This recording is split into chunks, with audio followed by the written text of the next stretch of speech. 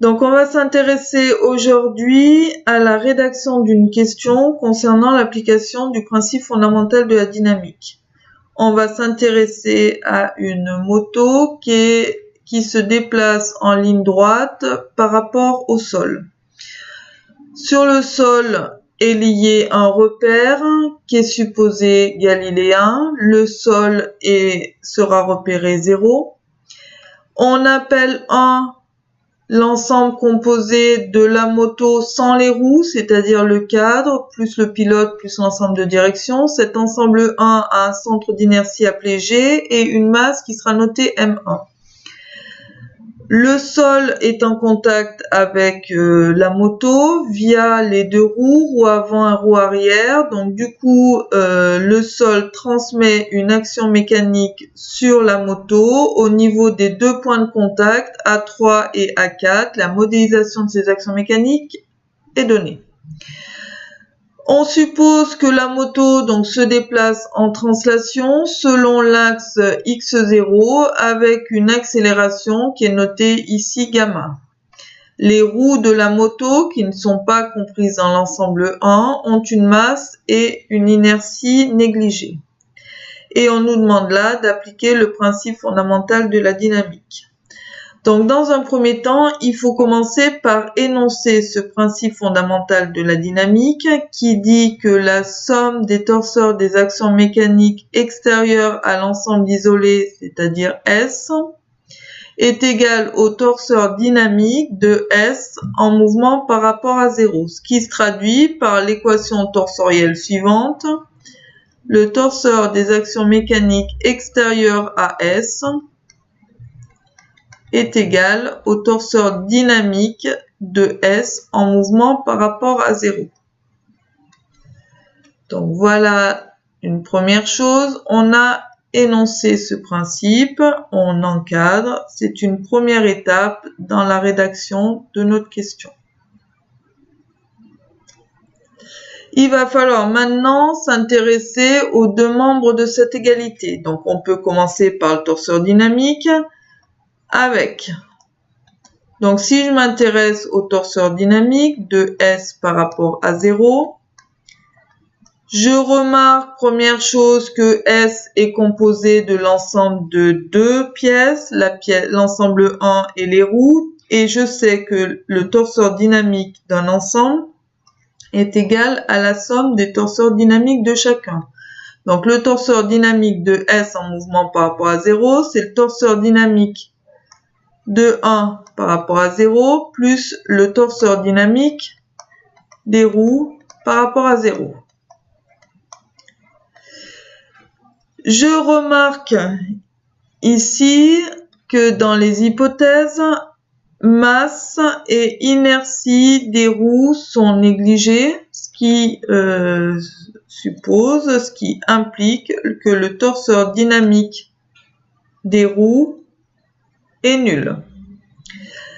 Ensuite, lorsque je m'intéresse au torseur dynamique de 1 par rapport à 0, 1 par rapport à 0 est un mouvement de translation.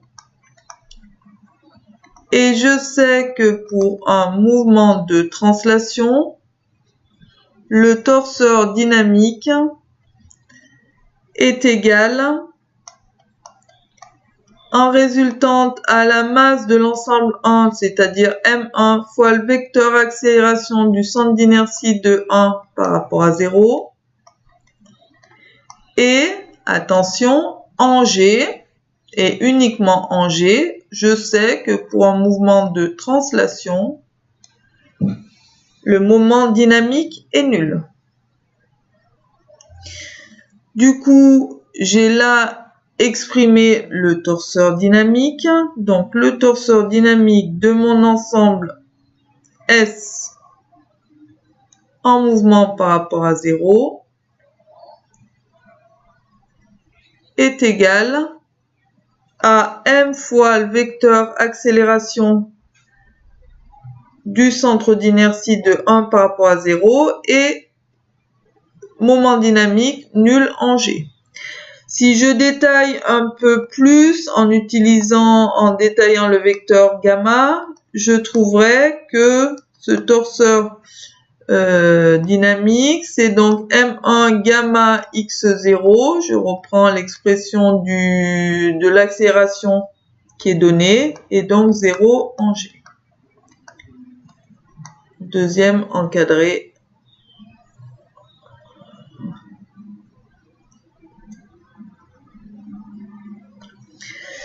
Voilà pour le deuxième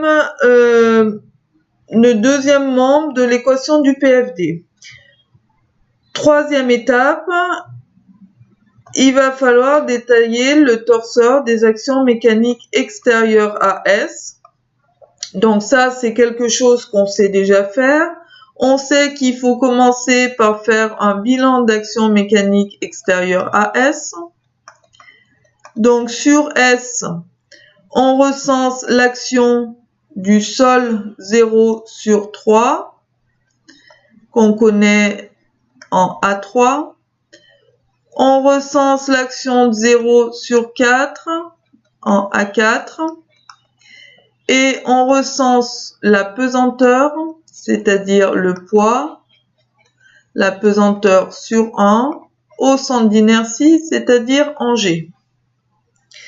Donc autrement dit, 3 actions mécaniques, ce qui veut dire que le torseur d'actions mécaniques extérieures à S, c'est la somme de ces 3 torseurs, donc T0 sur 3, plus taux de 0 sur 4, plus taux de pesanteur sur 1.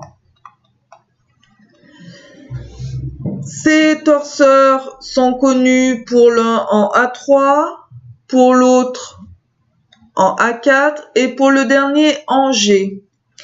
Lorsqu'on fait une somme de torseurs, on sait qu'on a le droit de le faire uniquement lorsque les torseurs sont exprimés au même point. Donc il va falloir choisir un point d'expression, sachant que par la suite, il va falloir exploiter l'équation torsorielle du PFD qui égalise le torseur dynamique à cette somme de torseurs d'action mécanique.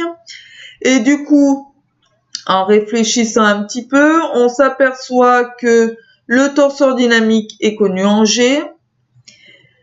Une des actions mécaniques est connue en G et les deux autres en A3 et en A4. Donc, en termes de calcul, on aura peut-être intérêt à exprimer cette somme en G.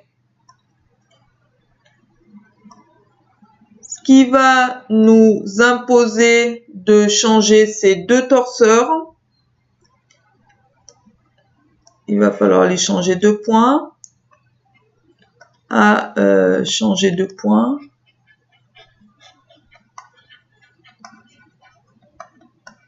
Je rappelle que pour changer un torseur de point, la résultante est inchangée. Donc si je prends celui-là au hasard. Et simplement, il va falloir que je change le moment. Je le calcule en G. Donc, si je l'écris ici rapidement le calcul, il va falloir calculer le moment en G de 0 sur 4. Dire que ce moment en G est égal au moment en A4 qui est nul, donc je ne le marque pas, plus G A4 vectoriel, la résultante du torseur en question, c'est-à-dire Y4, Y0.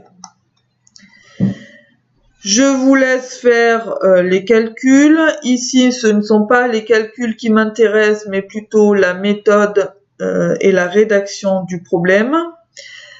Dernière chose, élément pour que vous puissiez faire les calculs tranquillement. Donc, les deux torseurs, ici, 0 sur 3, 0 sur 4, sont donnés dans l'énoncé. Il faut les changer de point, on vient de voir la méthode. Et dernière chose, on peut peut-être expliciter ce torseur-là, pour ceux qui se souviendraient pas.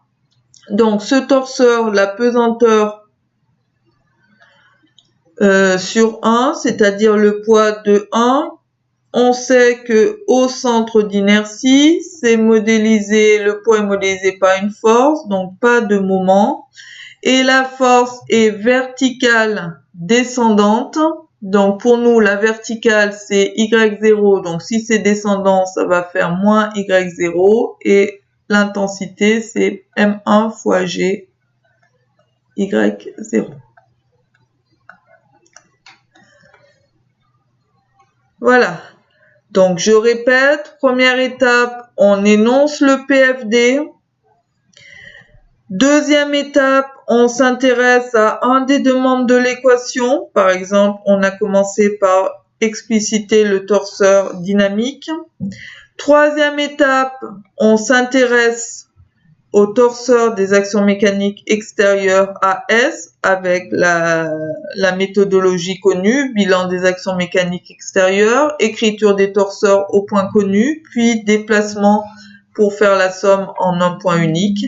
Et ensuite, exploitation du PFD. Je vous laisse faire les calculs. Voilà, merci.